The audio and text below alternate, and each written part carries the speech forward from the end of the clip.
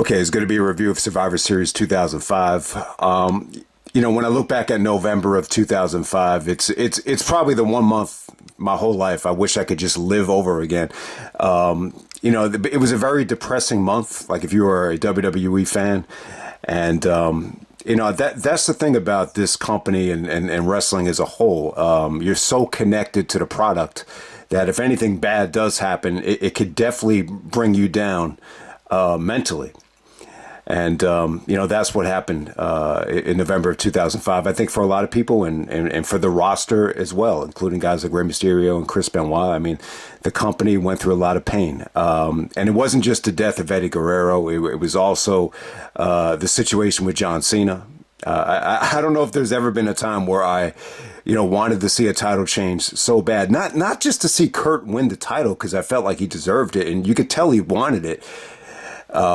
It was also the championship. I thought if Kurt won, he would bring back the Winged Eagle title or the Undisputed Championship from 2002. I just really wanted that title to go away, that spinny belt. But looking back on it, when you look back at this month, I thought Taboo Tuesday and Survivor Series 2005, these were really, really good pay-per-views, exceptional pay-per-views. After 18 years, I think you could look back on them and just say, yeah, it was a pretty damn good show. Is it the best Survivor Series of the 2000s? That's a tough call, man. It's definitely up there. I'll let you decide, man. What's the best Survivor Series, not just of all time, but of the 2000s? I think most people would go with 2002. Oh, man, 2003 has a lot of value as well. That is a really tough call. But yeah, Survivor Series 2005, I wouldn't have said it at the time, but I think over time you could definitely make the argument that it's definitely up there as one of the more memorable Survivor Series. I think even if you hated the way, the title match ended, what I will say is you cannot deny that you were definitely emotionally invested in the WWE in 2005, and that's something that you can't say for every single year that followed. So we're going to go all the way back to November 27th, 2005. This was from Detroit, Michigan, the Joe Louis Arena. Once again, they had Survivor Series here in 91. So this is a historic venue for Survivor Series. Taker, won his first championship in 1991. And then I think they came back in 99, for Kurt Angle's debut at Survivor Series 99 when Big Show won the title. So once again, the Joe Louis Arena, they do 15,000 in attendance. The pay-per-view buy rate is actually 400,000. I'm pretty confident to say that this is probably the last time they did 400,000 for Survivor Series. So yeah, I mean, when you look at the buy rates for 2005, everything was up. The Rumble did exceptional. WrestleMania did the best buy rate in years. They did almost 1 million. I believe they actually did 1 million, worldwide for WrestleMania 21. SummerSlam 2005 is, it's up there, in terms of, besides 98, I think that's the biggest SummerSlam buy rate. And then when you look at Survivor Series, they do almost 100,000 more than Survivor Series 2004. So it's definitely a success, but it's still the fourth wheel. I think that's one of the things about Survivor Series, even though it was, the second pay-per-view ever after WrestleMania, it consistently became the fourth wheel. And when you look back at, some of the reviews I've done, I've rarely reviewed, Survivor Series, in the past, like, at that, current time. I think the only Survivor Series I ever did, in the moment was Survivor Series 2009. And then, Survivor Series 2021, that was a network pay-per-view. So I can't really say I ordered that show and reviewed it. But, I missed out on a lot of the Raw versus SmackDown matches. And this was the first one that they did. I think this was pretty successful. I thought it was very well done. I mean, the teams could have been better. And when we get to the main event, I'll touch on what I think, would have been the ideal, Raw versus SmackDown match. But it just seems like over the years, like those Raw versus SmackDown matches, really, lost their luster, especially the one when Kurt Angle was in, when they had the Raw and SmackDown t-shirts, and eventually became like a bragging rights thing. So, over time, I think the Raw versus SmackDown thing, it never, it never really, felt important. And I think that's part of the reasons as to why, Triple H has brought War Games back, which feels like it's going to be permanent at this point. But we'll see what happens, man. I think War Games is going to be a massive home run. I think Triple H has the ability where, anytime something was somewhat disappointed, I think he's the type of guy that will get extra motivated just to make sure, everything goes right this time. And I think that's what's going to happen. So let's get on with Survivor Series 2005.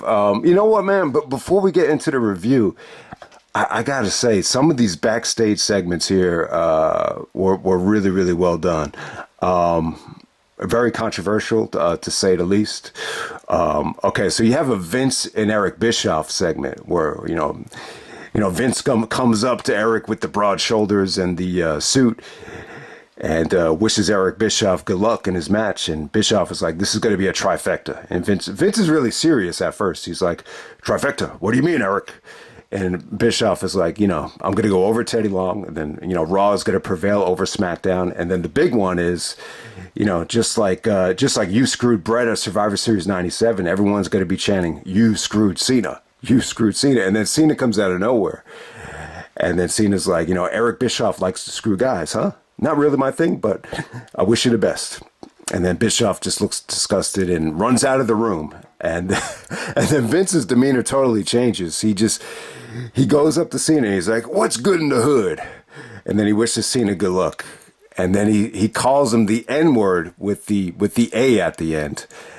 So I'm gonna insert the W. So he goes like this. He's like, "Good luck, my wigger." And then all of a sudden he does the George Jefferson strut. I didn't grow up with the Jeffersons, but, Booker T and Sharmell are right there. And then Booker T goes like, "Tell me he didn't just say that." So it was, at the time, I thought it was funny as hell. I think, Vince could be hilarious. He's not afraid to make fun of himself. So, but at the same time, this is something that, he probably shouldn't have done it back then. I mean, obviously this wouldn't fly today. I've been guilty of this in the past because I'm a big fan of rap. When I used to grow up, I even had black friends that I used to, rap with, and I would say the word because it was in the song. So, and the rappers are going to do it all the time because it just, it's just become part of the culture.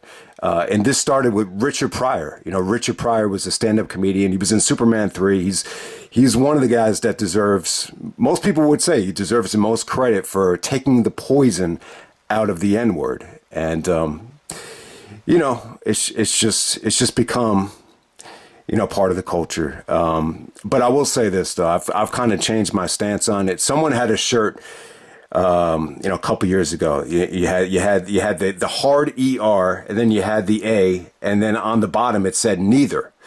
And ever since I saw that shirt, I promised myself I would never say it again. I just think that's the best approach. I think if you want to do the best you can in terms of eliminating racism as a whole, we just can't say the word. But, because of hip hop and because of rap, we've as white people, we've had to learn the hard way that you cannot just loosely say the word because the derogatory term just has so much, venom and disgust to it that, you can laugh at Vince doing it here and it's fine. But there's been other times where I've heard, racist family members say the word and it caused me to start crying. I mean, that's how powerful that word could be. So, but hey, man, I've always been one to say, like, I could have fun with race. The movie White Man Can't Jump is the best example of that. I love the movie because it pokes fun at race and everybody could have a good time with it and not take it seriously. So this Vince segment, I thought it was funny at the time, but, the realism to it is that you cannot say the word. So, but hey. So the stuff with Cena and Booker T in the background, it was pretty funny. And then they do some other backstage stuff with, Batista trying to captain the Smackdown team. I thought that was pretty good stuff. That was a fun segment as well. But now on to the actual wrestling now. I know that was kind of a heavy segment, but We're going to move on to the opener. We got Booker T taking on Chris Benoit. This is the first match in the Best of 7 series. This is for the vacated United States Championship. I believe they actually had a match over in England where it was a double pinfall. They showed it. They showed a clip of it before the match, and Taz and Michael Cole are arguing about who should have actually won the match. But yeah, man, Booker T and Benoit, they open up Survivor Series with a bang. I thought this was really good. This is a great way to start the series. And, when you're comparing it to the WCW stuff, it's pretty damn good. It holds up well. I mean, the first thing that kind of strikes me is, it's not as athletic as they were in 1998, but there's really not much of a decline. I think anytime Booker was in the ring with Benoit brought the best out of him. And, I got to give Benoit credit. He had the neck surgery. He had some really, really bad neck problems. But in terms of Benoit deteriorating, going into the end of his career, there really wasn't much of a deterioration. I mean, he rarely ever, blew out his knee or sprained an ankle or had a foot problem or, had back issues. If he did, you didn't really know it. He didn't make it known. I just think he did a really good job of preparation and stretching. So to me, Benoit looks as good as ever, like in late 2005. And, I thought Booker T was, right there with him. I thought this whole series was great. If you're going to watch one, are you going to watch the WCW series or the WWE one? I would say watch the WCW one. I think that the weak link to this whole thing is it's very much story driven because of Sharmell. Sharmell, wanted to get even with Chris Benoit. She really thought that Benoit was making Booker T soft, and she went up to Booker and said, Chris Benoit is the problem. You got to take him out. So, Sharmell is definitely a nuisance in terms of interrupting the finishes throughout this whole series. But hey, man, other than that, I thought it was great stuff. You saw great counters here. The counter to the vertical suplex was beautiful. Booker T's reaction to getting Germaned looked pretty cool. Yeah, just the way he moved his hands out of the way and his facial expression. It looked like Booker was going for a ride on some of these German suplexes. So. It was good, man. Even to some of Benoit's submissions, Booker actually did a really good counter of the sharpshooter. They're in Detroit here, which is Wolverine country, as the fans had out there, and we're very close to Canada. So the sharpshooter initially got a great reaction when Benoit tried to lock it in. But yeah, Benoit actually fights off Sharmell. He does a series of headbutts, the Booker T to knock him down. He does the flying headbutt. And then he misses, and then Booker does an Oklahoma roll, and then Sharmell holds Benoit's feet for the finish. Yeah, the finish isn't great, but I got to say this: I think Benoit, staying on the road and this series with Booker T, I think it was good for him. I think it gave him something to focus on, to kind of deal with the death of Eddie Guerrero. Benoit's not the type of guy to, phone it in because of, someone dying. If anything, he just, he gets angry, he gets pissed, and, he's going to give max effort, no matter what. Everybody takes death differently. But I think the worst thing that happened to Benoit was to, take that whole summer off. I think that's when the depression kicks in. I mean, obviously, I think he needed a sabbatical, needed a break. But after about 2 weeks, it's like, where's the competitive outlet? And that's when you start to get depressed and suicidal. For me, it's basketball. Like, if you take basketball away from me, I start to get depressed. And with my father, it's working with, video equipment or editing, shooting, anything to do with, work related. You take it away from somebody, sometimes they get depressed. And with Benoit, it's obviously, I think it's wrestling.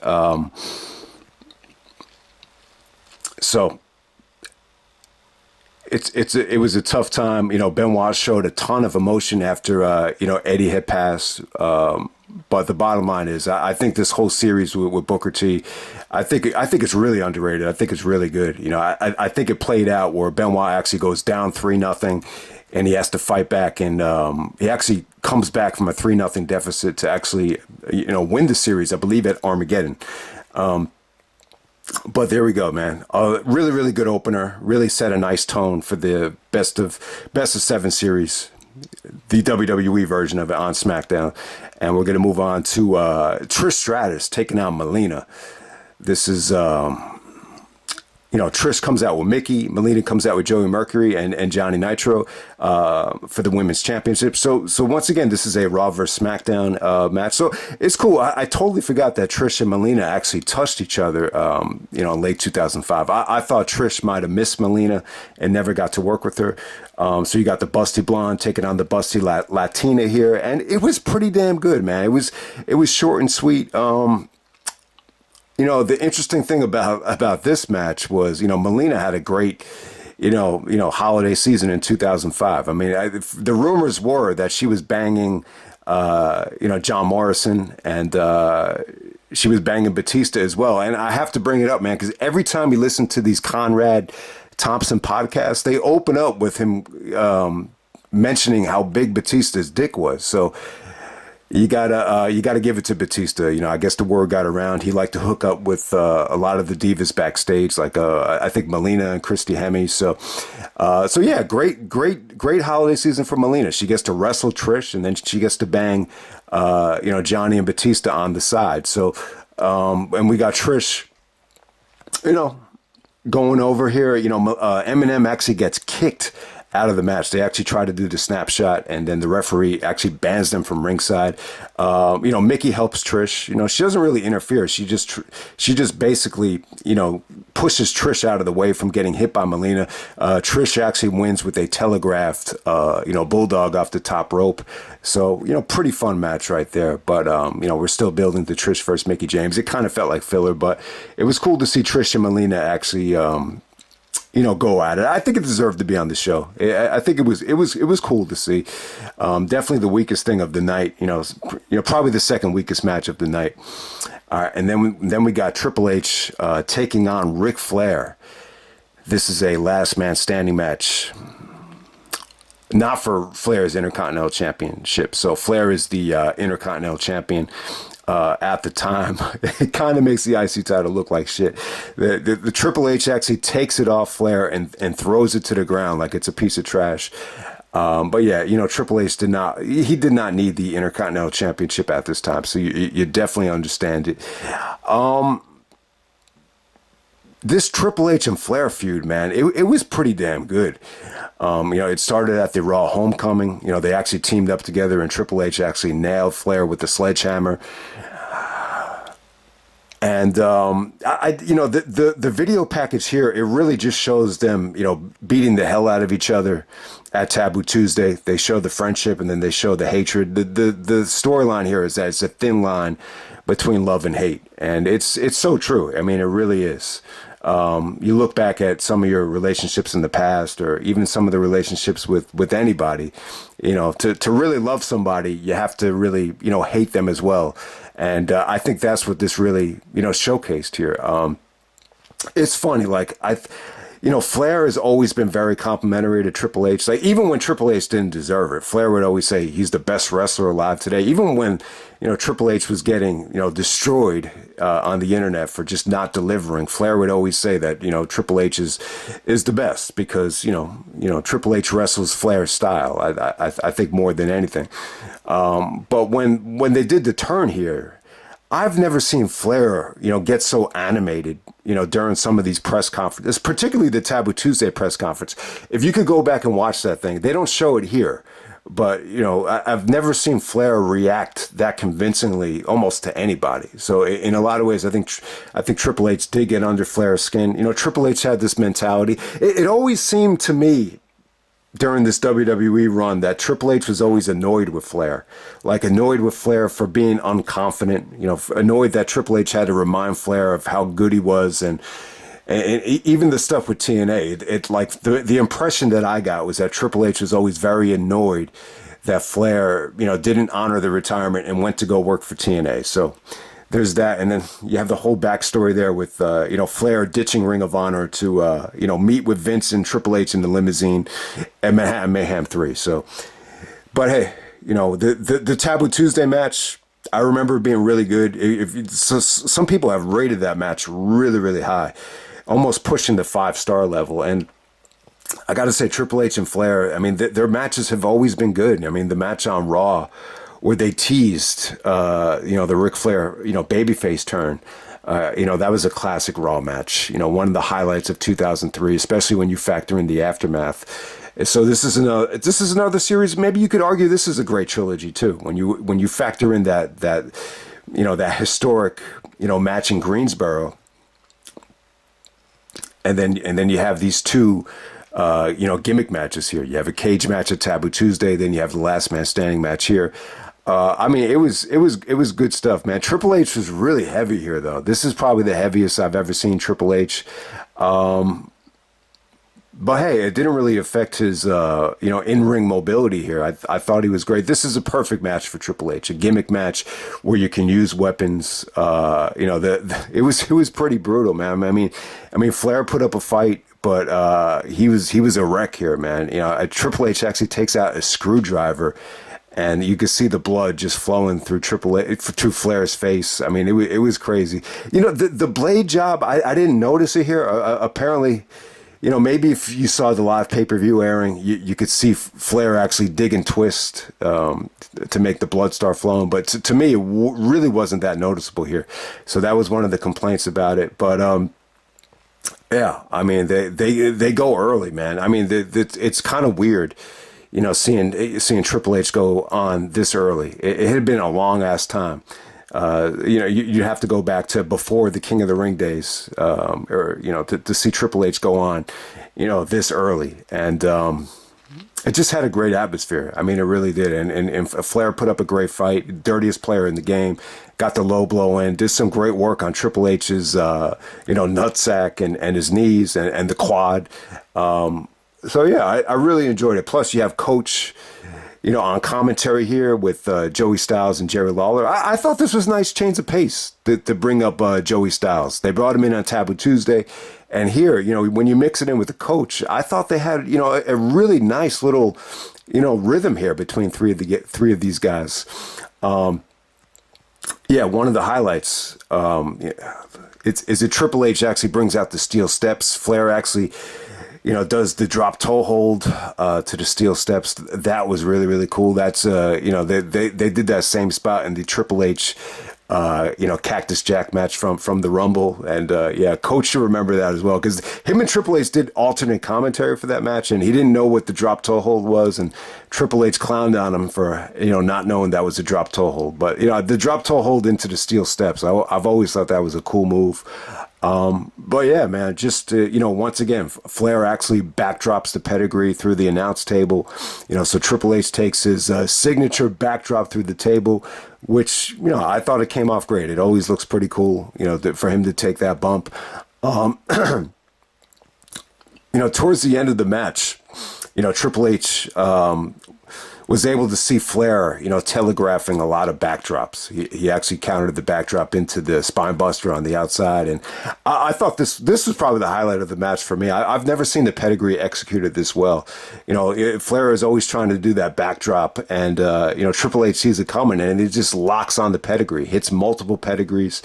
Flair continuously, is able to, stand up from the pedigree, like, I think, was it after three different pedigrees, he's still standing. So yeah, Flair, the old man put up a great fight, but the story here is that, very similar to the Shawn stuff. It's about putting out Old Yeller, the old dog. And, Triple H takes, the sledgehammer, and you get the HBK SummerSlam finish with, Triple H nailing Flair with the sledgehammer over the back. And, that puts him out for good. So yeah, man, great stuff between Triple H and Flair. I've always thought this feud. When Triple H made the turn at the Homecoming show, I've always thought it was one of the most random turns I've ever seen. But at the same time, I mean, I think the mindset was, if Evolution isn't, going to be around anymore, there's no point in having Triple H and Flair, coexist together. So you had to do it, and you had to do it. So Great last man standing match. You almost forget how good, some of these Flair and Triple H matches were. And, it's also one of the things about Triple H, like he never really minded, putting over, some of the older talent. Like I remember he put over Jerry Lawler. And he actually lost to Flair at Taboo Tuesday, believe it or not. So, you also get an Edge segment. So Edge actually comes out there with Lita and the Money in the Bank, and he's clowning on the Detroit sports teams, which is kind of funny. He's mocking the Detroit Tigers for not winning in 21 years. He's mocking the Pistons for losing in the finals. But hey, man, at least they got to the finals in 2005. But they lost in 7 games to the Spurs. Who else is he clowning on here from Detroit?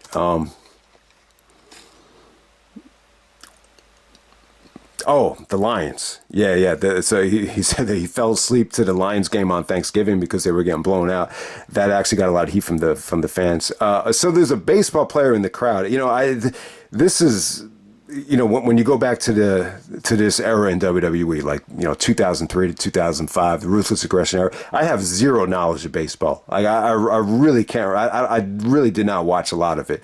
And when you go to like 2015 to 2017, I probably know more about baseball than WWE. But at this time, I didn't know who Dimitri Young is. But apparently he was a DH for the Detroit Tigers. So him and Edge do some back and forth on the mic right here. And I was surprised by how mean, Edge was to him. And I'm surprised he even did the segment. Edge is clowning on him for being fat. He's telling him, eat some more cheeseburgers. He actually calls him Mark Henry. And he says to him, do the Detroit Tigers suck because of a lack of talent or a lack of steroids? And it's funny because, in 2005, I think Edge was actually using steroids. He actually admitted to using steroids on the Michael Landsberg show. So it was pretty cool. Once again, Edge is promoting the fact that he's Money in the Bank. And then this dude is showing off all the banners that the Red Wings have from championships. Yeah, at the time, the Red Wings were probably the best franchise in the NHL. The guy even said it, need I say more? You see the banners, how many championships they won. And then he ends it with saying, well, Edge, where's your WWE championship? Then Edge gets frustrated and leaves. So it's kind of funny that Edge wasn't on this show. It's just kind of, I don't know. I guess they wanted to protect him. I think they wanted to promote the fact that he's the Money in the Bank holder. I think, when I look back on it, I think they might have done a segment with Orton and Edge had Eddie not passed, because Orton was not supposed to be in the Survivor Series elimination match. So, maybe they would have done something with Randy and Edge, coming out together just to cut a promo. And maybe that would have been where Undertaker would come out. Who knows what would have happened there? All right, let's get down to business. We got John Cena taking on Kurt Angle. This is for the WWE Championship. Daivari is the special guest referee. At this time, Angle started beeping out the "You Suck" chants. Bischoff co-signed the fact that Daivari could be his special referee. So at the time, I think they knew like Angle was getting a lot of support from the fans, so they tried to do whatever they could, just to kind of limit, the Kurt Angle chants and the Kurt Angle support. But at this time, you could have had Angle, join a terrorist group, and it wasn't going to make any difference. Cena was just so hated at this time. It's not really because of John Cena, but I just think a lot of people saw the writing on the wall. They just saw, how Cena was overprotected and that Cena was going to be the guy no matter what. I think when you factor in the way the championship looked as a spinny belt, I just think a lot of the wrestling traditionalists were starting to feel insulted. So yeah, this was. Very frustrating match. I will say this, though. In terms of atmosphere, this is on the Mount Rushmore of John Cena atmospheres, in my opinion. I really think it is. I think this is the start of it. You get to go to Survivor Series 2005 against Angle. The other one will be WrestleMania 22 against Triple H. I got to put that up there. You want to mix in the Hall of Fame, you could do that as well. And then obviously One Night Stand against RVD. That would be like the mother of John Cena atmospheres. And then my last pick will probably be Unforgiven 2006 against Edge, because they're in the hometown Toronto, Edge's hometown there. And as a heel, they loved Edge. As a babyface, they hated Edge. So that's Bizarro land for you in Toronto. But yeah, the atmosphere was great here, man. I mean, there was a lot of "Let's Go Cena" chants, but you had a lot of "Let's Go Angle" chants. You had a really loud, "Cena sucks" chants. The fans were just, anytime Daivari was not making a cover for Cena, the fans actually popped for that. And, the fans actually booed Cena when he starts attacking the referee. So I think that's one thing that hurts this match is you got like way too much referee, involvement here. You got multiple referees coming out.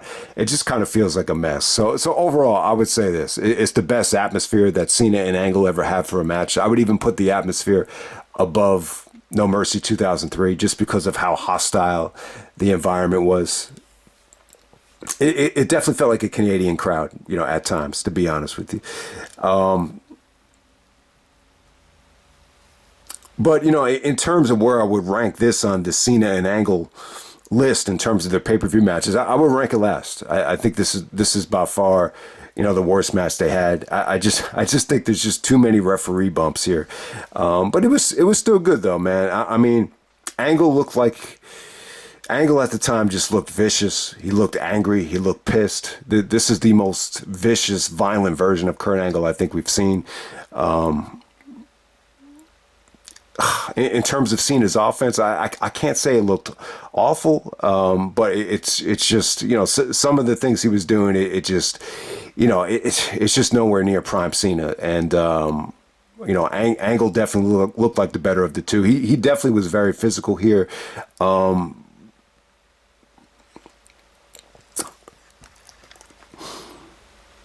It really is funny, Daivari was going to call for the DQ on several occasions because Cena's like, giving him some hard slaps right to the face. And then when he tries to call for the DQ, Angle intercepts it and just says, no, don't disqualify him because he wants to win the title. So you definitely understand that. And then, Daivari takes a million bumps and then, there's a ton of referees just coming out. Angle takes a play out of his SummerSlam 2001 opponent's playbook, Stone Cold, obviously, and you see Angle kind of morph into Austin from 2001 and just destroy the referees here.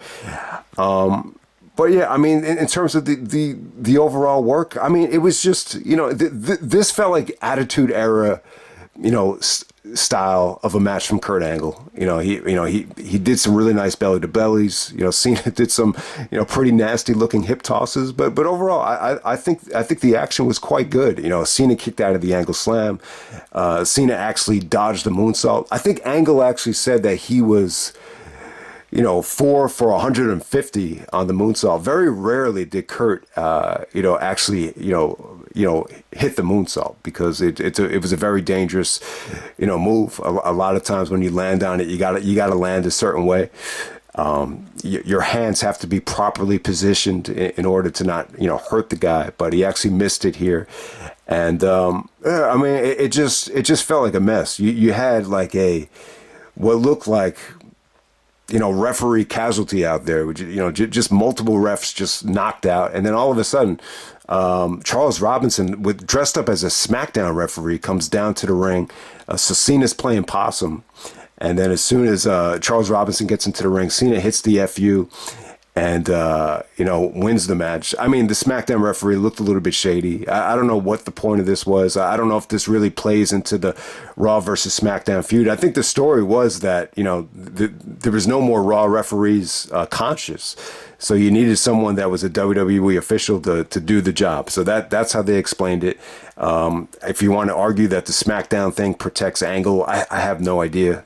If you want to make that argument, but at the time though, I was pretty sure that this was going to be it for Cena. I mean, a lot of people really thought like the Cena push was a disaster and that they were going to, make a change of direction. And it sounds laughable looking back on it now, but that's what I believed at the time. I was never so confident that Kurt was going to win the title. I really thought it was going to happen here. And then when it didn't, when Cena hit the FU on Angle and actually won, I was really, really pissed. And this was the time we had a Gatorade bottle.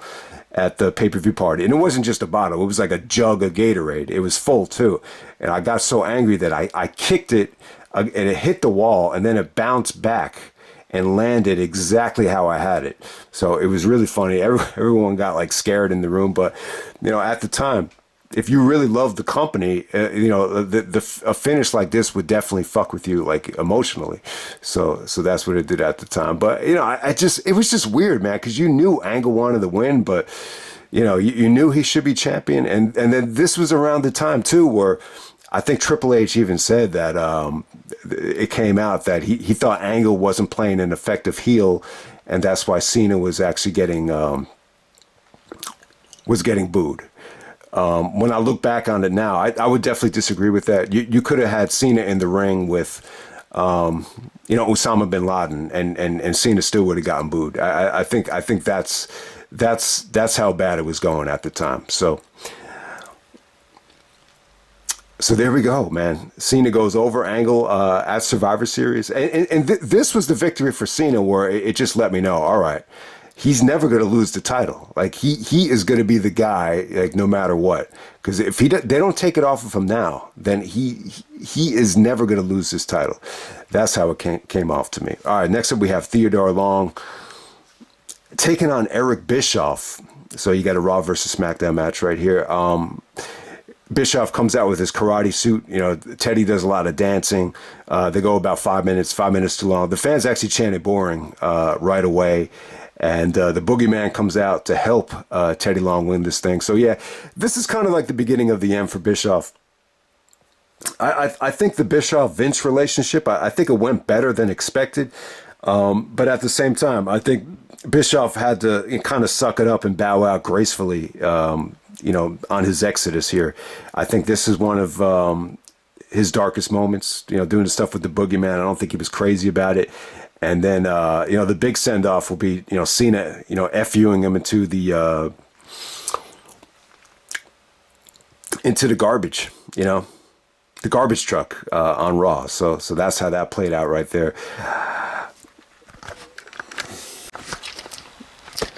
Okay, and on to the main event. We have a 5-on-5 Survivor Series Raw versus SmackDown elimination match. Classic Survivor Series elimination match. All right, so before I get to it, I think this was really, really good. I thought, for the most part, it delivered.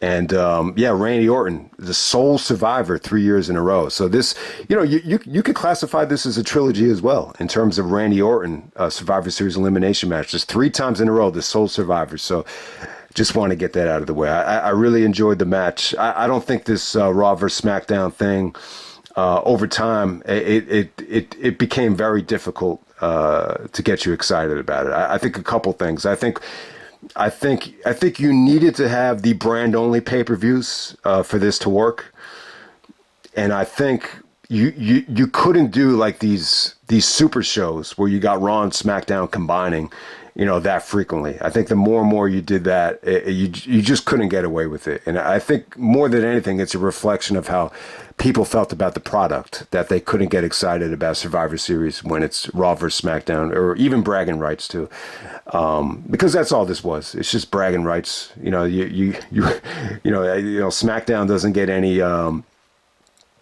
bigger television deal than Raw just because they won here. So. But someone asked me like, what will be my classic, Survivor Series elimination match, if I could pick wrestlers from any company onto one team. I mean, if you've been watching the channel long enough, you know who's going to make that list. You know who's going to be in that 5.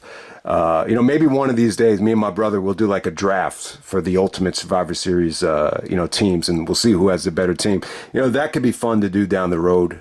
But I will give you this. Like, if you were to ask me, like, what's the ideal team for Raw, when it really felt like a Raw team, I think when you look back at, 2002 until WrestleMania 20, they did a really good job with, just locking the rosters and not having, Raw and SmackDown guys, do anything together. And over time, it really felt like, these are solidified Raw guys. These are solidified SmackDown guys. So I'll give you my teams. My team Raw, it would be Triple H, Shawn Michaels, Jericho. That will be 3. I'm going to go with Rob Van Dam. And then the 5th one is tough. I think you could go between Randy Orton and Booker T. I might have to go with Orton, though. I think Orton will be my 5th pick for Raw. And the ideal SmackDown team for me, it will be Brock. Man. I might have to leave Taker out of this. I never really saw Taker as a SmackDown guy or a Raw guy. I just see him as like a WWE guy. So I would go with Brock, Angle, Benoit, Eddie Guerrero. I think you'd have to go with Rey Mysterio at 5. Mysterio has always been a SmackDown guy, even today. So that would be my ideal, Raw versus SmackDown team. If they had done that, Survivor Series 2003, I think that would have been awesome. But hey, Survivor Series 2003 was still awesome, though. I think the Austin Bischoff stuff, that was the way to go. So with Team SmackDown here, you got Batista, Bobby Lashley, JBL, Randy Orton, and Rey Mysterio. So yeah, I think this SmackDown team, it's definitely the better team. It's definitely the more talented team. The problem with this team to me is, Batista and Orton, like, to me, I still see them as Raw guys. Lashley's just way too new. So I can't really say that the team as a whole, screams SmackDown. But at this time, though, if this feels more like the USA Network versus the CW Network, like that's how it kind of felt like to me. But if you're going to ask me what was the better brand, in the fall of 2005, I think SmackDown was the better brand. I think after the draft, SmackDown just had the better talent. And this Raw team, you got Shawn Michaels as the captain. I got no problem with that. Shawn is a Raw guy. You could ask Shawn Michaels to go to SmackDown. Vince actually asked him to go to SmackDown after Batista got injured, and he said no. So that just shows you that Shawn Michaels is Raw through and through. I mean, you could definitely argue that, that it's kind of political to say that, and he has such a big ego that he can't even go to SmackDown. Even Triple H went to SmackDown. Well, I mean, let's be honest. So you got Shawn. Shawn is the captain here. You got Big Show. Big Show, he went from Raw and SmackDown just as many times as he's turned heel and turned babyface. So Carlito's only 26 here. Carlito definitely looked a little bit green. Chris Masters, Carlito and Masters definitely a little bit too new for me. But hey, man, they were really, the new, faces that they were trying to push on Raw. Kane. Yeah, I mean, you could argue that Kane has been more of a Raw guy. Initially he was, I think, the 4th pick in the original brand extension draft. So, these are not bad teams. The Survivor Series match went quite well. Lashley was the first guy eliminated. Kane actually, is able to choke slam him while he's not even tagged in, to get him eliminated. Batista is actually really banged up here. His shoulders are all taped up. I think he had a broken bone in his shoulder. But this wasn't the injury that, forced him to lose the belt. The rumors were that Eddie was supposed to be on this team and Eddie Guerrero was supposed to win the championship down the road. I don't know how he was supposed to win it. I've always thought he was supposed to win it in a triple threat match. I don't know if that match is going to be on SmackDown or at Armageddon, but, Stephanie even said it the night of the Eddie Guerrero tribute that, Eddie was supposed to win the belt, because of this Batista injury. So yeah, the bottom line is Batista, he still captains his team, but he's all banged up. He doesn't really go that long. He's able to do a spine buster to Kane to eliminate him. But ultimately, Big Show and Kane gang up on Batista and double choke slam him. I think that sets up the Armageddon match with Batista and Cena teaming together to take on Big Show and Kane. So that's how that worked out. JBL, man. I think JBL was great. This is one of the best performances of JBL's career. I thought the clotheslines from hell came off great. Now, it's interesting, man. When you look at JBL in this match, he probably, had more experience than any of these guys, like wrestling in main events, from the last couple of years. So, he's used to being out there for 20, 25 minutes with Eddie and, with Taker. And the fact that he was only asked to go short spurts in this match, he looked really good. He looked confident. He looked like a bully. He bullied the crap out of Chris Masters, man. The clothesline from hell when Carlito doesn't see it coming and then he's about to see it, that came off really well. So how does Big Show get eliminated here? Yeah, Big Show gets a ton of finishers. He gets the clothesline from hell. He gets the RKO from Randy. And then Mysterio hits him with the West Coast, with the senton splash to put him away. So that was a really cool elimination.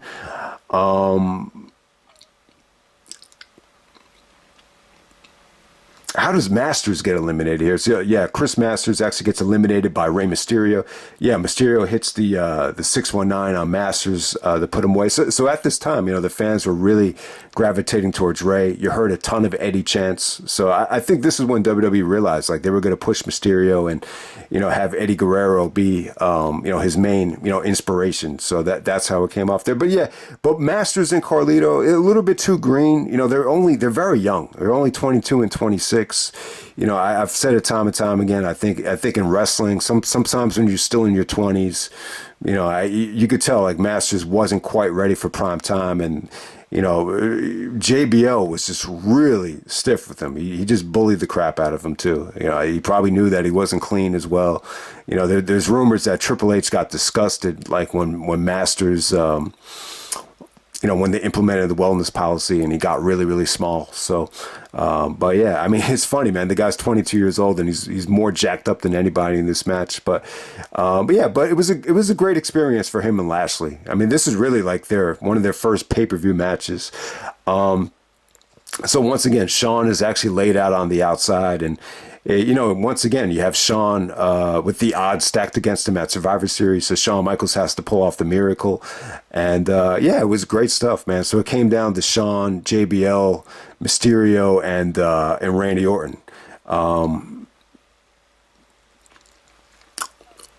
So Mysterio actually 619 Shawn, and Shawn actually does the kind of selling that he did against Hogan at SummerSlam, where he really oversells it to the other side of the ring. Then Mysterio goes for the West Coast pop. Shawn intercepts it with the super kick, so you get a very similar finish to the Shelton Benjamin ending from the Gold Rush tournament. This time on pay-per-view, it came off great though. Some of the fans reacted like they didn't see it coming and they never seen it before. So Shawn hits that awesome super kick on Mysterio. JBL goes for the clothesline from hell. Shawn ducks it, hits the super kick to put away JBL. That was an awesome finish there. And then you get Shawn and Randy Orton again at Survivor Series, the final two, just like it came down to in 2003. So nice back and forth between them. Shawn actually does some really, he puts his body on the line with a lot of dives over the top rope to take out Orton. And then the finish comes, they kind of protect Shawn. JBL takes a chair. He misses. Shawn super kicks him. Then he doesn't see Randy in the background. Randy hits the RKO to be the sole survivor for the third year in a row. So yeah, it came off pretty good. I remember at the time I was rooting for Team Smackdown. I liked Orton a lot more as a heel this time around. And I got to say, the Burn in My Light song, I prefer it over Voices. I think it works a lot better, especially as a heel, than the Voices song. The Voices song is just played out for me. I don't know. I actually like the Burn in My Light song. It's really, I mean, is it the Evolution song? No, but it worked really well for the finish here, especially as a heel. Randy celebrates with his father, Bob Orton Jr., and the whole Smackdown roster comes out. Then all of a sudden, Taker's music hits. So you knew Taker was going to come out. So it was really cool how they did this. This might have been one of the best, Undertaker entrances ever, I got to say. So they bring out this casket. They stand it up vertically, and then they have lightning hit the casket. Casket's on fire, which makes sense because the last time you saw Taker, Randy and his dad, beat him in a casket match, and they set it on fire. So, and then Taker burst through the casket, the flaming casket, like it was a door, just pushes it away.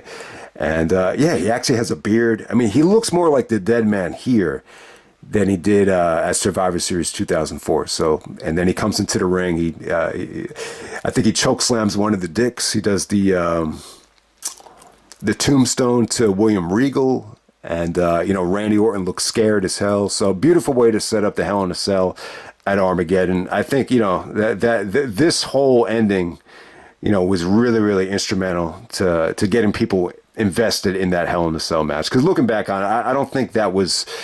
I don't really know if Armageddon 2005, would have done that well. If you didn't really use Survivor Series to hype up that show, and that's what it did more than anything. So in a way, you're pretty much just using this Survivor Series main event just to set up Armageddon. But, would have been really interesting to see, how this card would have changed if Eddie was a part of, this show right here. When was Eddie supposed to win the title? Or, what would Randy Orton have done on this show? It seems like a lot of people don't know. I think they even asked Bruce, and he just drew a blank. But, I think when I look back on it, it probably would have made sense for Edge and Orton just to do a segment together. And I don't know. I don't know how it would have played out. But, hey, man, this is a pretty good show, though. The show as a whole, when you look back at everything now, even the Cena stuff, you could just enjoy it for what it is now instead of being angry about it. I mean, yeah, it sucked not to have Eddie for this show. The fans had a lot of, Eddie Guerrero signs out there, a lot of Eddie Guerrero posters. Someone actually had a sign that said "Death waits for nobody." So, yeah, man. But hey, it's still a pretty good show. November of 2005. I still say now, I wish I had a chance, to live this month over again. A lot of it has to do with female reasons, but I'll leave it right there. That's Survivor Series 05, and I'm out.